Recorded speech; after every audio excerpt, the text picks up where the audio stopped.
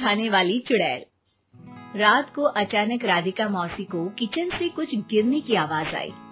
उन्होंने बाहर निकल के देखा तो किचन में उन्हें कुछ सफेद साड़ी में दिखा। वो चीख पड़ी, हे भगवान, आलतू जलाल तू आई भला को टाल तू, आलतू जलाल तू आई भला को टाल तू। राधिका मौसी को चीखते सुनकर श्रवण बाहर आता है भागते हुए। अरे माँ, क्या हुआ? क्या देख लिया? दादी माँ आ गई क्या सपने में? अरे बेटा, रसोड़े में देख तो कौन है? श्रवण रसोड़ी में झांक कर देखता है और उसे कोई नहीं दिखता अंदर। अब रसोड़ी में तो कोई नहीं है माँ। कोई सफेद साड़ी में नहीं है क्या? नहीं माँ, कोई भी नहीं है। चिल्लम चिल्ली की आवाज सुनकर काजल भी वहाँ आ जाती है। अब क्या हो गया माँ जी? अरे बेटा, रसोड़े में एक चुड़ैल थी सफेद साड़ी में। अरे क्या कर रही थी वो अंदर? अरे बताया नहीं, कल आएगी ना तो पूछ लूंगी। चुड़ैल जी, आपका क्या प्लान है? माँ जी, रात बहुत हो गई है, आपने कोई बुरा सपना देखा होगा, चलिए सो जाइए।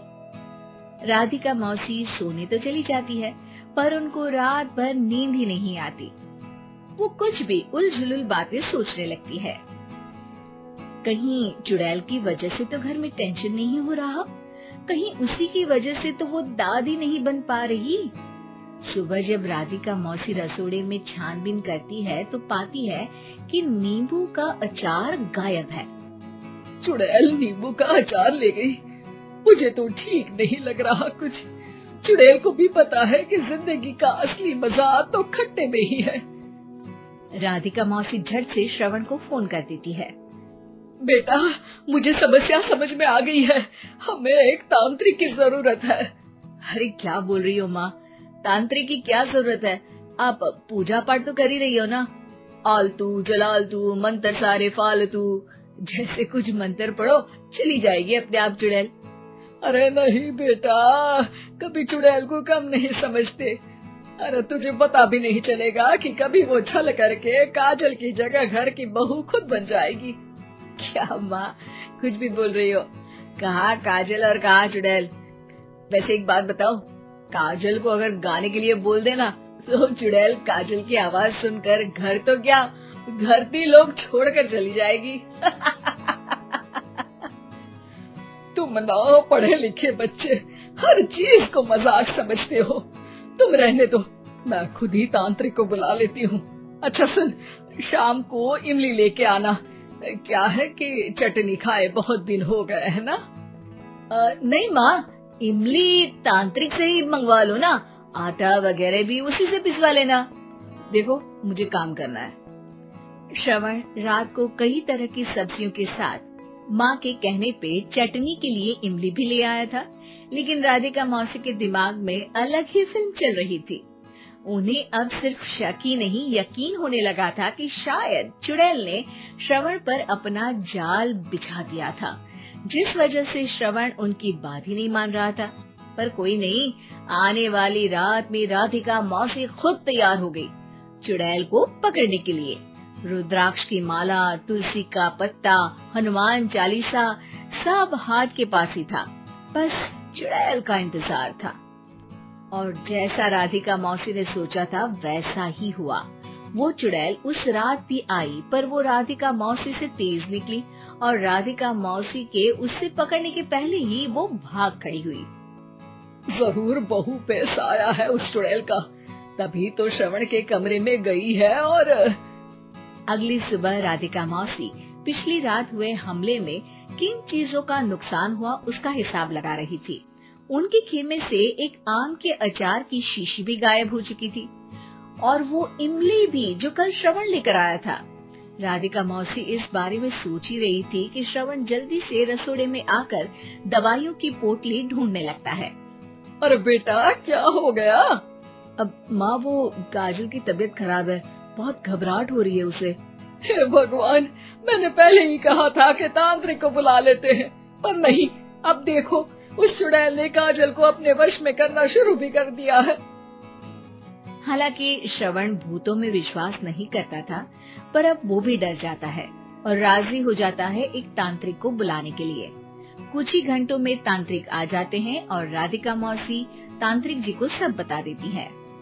घोर संकट, घनघोर संकट, चुड़ैल को मारू जोर चाकट, ओम भट स्वाहा खटखा के आहा।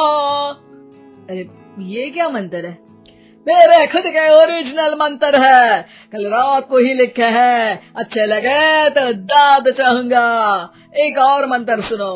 अर्ज किया है आब्राकडाब्रा, दिल्ली बम्बई आगरा, चंदा मामा सोवरले सुरन मामू जारा। ये मंत्र है? अरे कोई 40 वालीसा पढ़ो ना। वक्त कम है, 40 नहीं पड़ेंगे, 20-25 में काम चलाना पड़ेगा। अलग निरंजन जाके लंदन, मुफ्त का मंजान घिस मेरे नंदन। अरे जल्दी करो तांत्रिक जी, जल्दी करो। तांत्रिक अपने उल झलूल मंत्र पढ़ने लगता है। श्रवण को तांत्रिक पे शक होता है।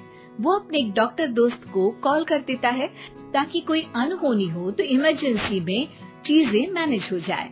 तांत्रिक धुनी रमाता है, जिसकी वजह से कमरे में काफी धुआं हो जाता है और जिसकी वजह से बहू की घबराहट बढ़ जाती है। अब भागेगी चुड़ैल। हाँ। बहू खांसते हुए धुएं से बचने के लिए बाहर चली जाती है। अरे भाग रही है, भाग रही है। पीछे पीछे श्रवण भी जाता है। बहू एक सोफे पर बैठ जाती है। तभी डॉक्टर दोस्त आ जाते हैं और श्रवण को पानी लाने के लिए कहते हैं। थोड़े चेकअप के बाद डॉक्टर कहते हैं, मेरे हिसाब से जाप का काम पूरा हो गया है। क्या मतलब? अरे कुछ भी नहीं माँ, कोई चुड़ैल नहीं है, खुशखबरी है, अब दादी बनने वाली है। मगर वो सब अचार के डब्बे।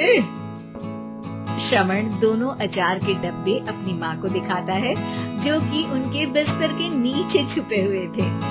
आपने सही बोला था माँ, वो चुड़ैल काजल ही थी जो खट्टा खा रही थी। हमें कल ही पता चला, पर हमने आपको ये तांत्रिक वाला काम करने दिया ताकि आपको भरोसा हो जाए कि भूत वगैरह कुछ होता ही नहीं। अच्छा, ये तो बड़ी खुशी की बात है, पर बेटा मुझे एक झाड़ू तो ला दे। क्यों माँ?